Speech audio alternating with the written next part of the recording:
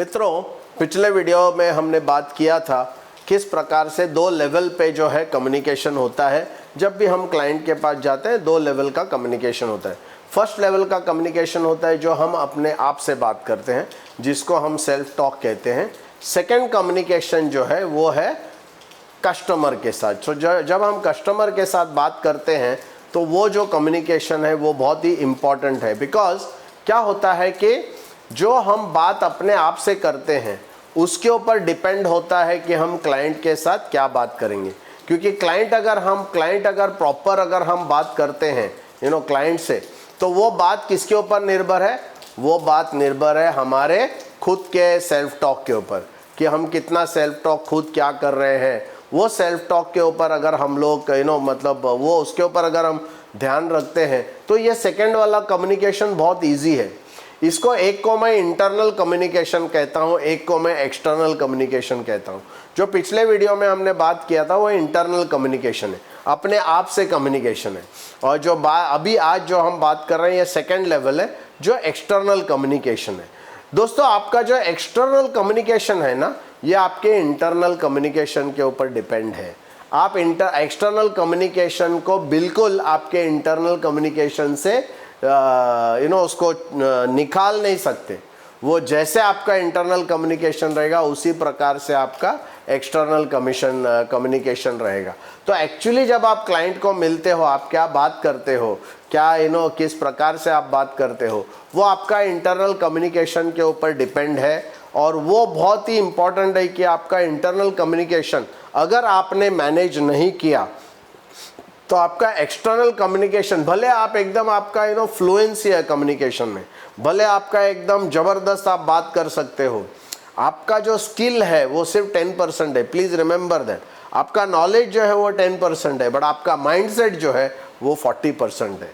उसको आप कैसे मैनेज करेंगे? दोस्तों, जब आप क्लाइंट के साथ बात करते हैं, प्लीज़ रिमेंबर, दो तरीके से बात होती है।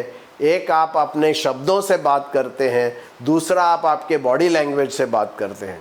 बॉडी लैंग्वेज बहुत इंपॉर्टेंट है, और जो मैंने आपको ऑलरेडी बताया, क्योंकि जैसे मतलब एक टिकट कलेक्टर है, वो बिना टिकट के इंसान को कैसे पकड़ता है? उसके बॉडी लैंग्वेज से पकड़ता है। तो मतलब बॉडी लैंग्वेज बिना कुछ बोले इतना कुछ बता देती है।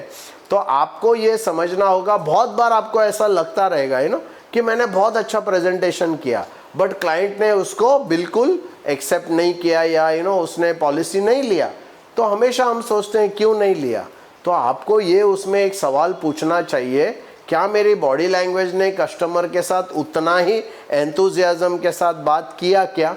क्योंकि अगर आपका कार्यक्रम जो बोलते हैं ना, मतलब अगर आपका इंटेंशन और अगर आपका जो ऑब्जेक्टिव है ये पॉलिसी बेचने का, वो अगर उसमें कोई भी खोट है, या उसमें अगर कोई भी आप गलत कुछ करना चाहते हैं, तो ऑटोमेटिकली आपके बॉडी लैंग्वेज के ज़रिए से क्लाइंट को पता चलेगा।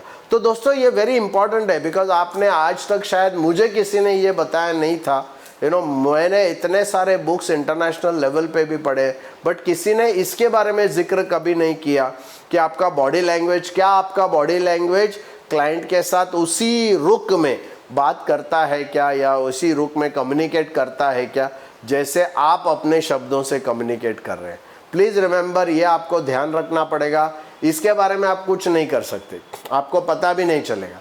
बट अगर कभी भी ऐसा होता है कि आपने अच्छा प्रेजेंटेशन किया हो और क्लाइंट ने उसको नकारा हो, तो उसका एक बहुत बड़ा ये हो सकता है, उसका कॉज हो सकता है, कारण हो सकता है कि आपकी बॉडी लैंग्वेज ने कुछ अलग बात कर लिया।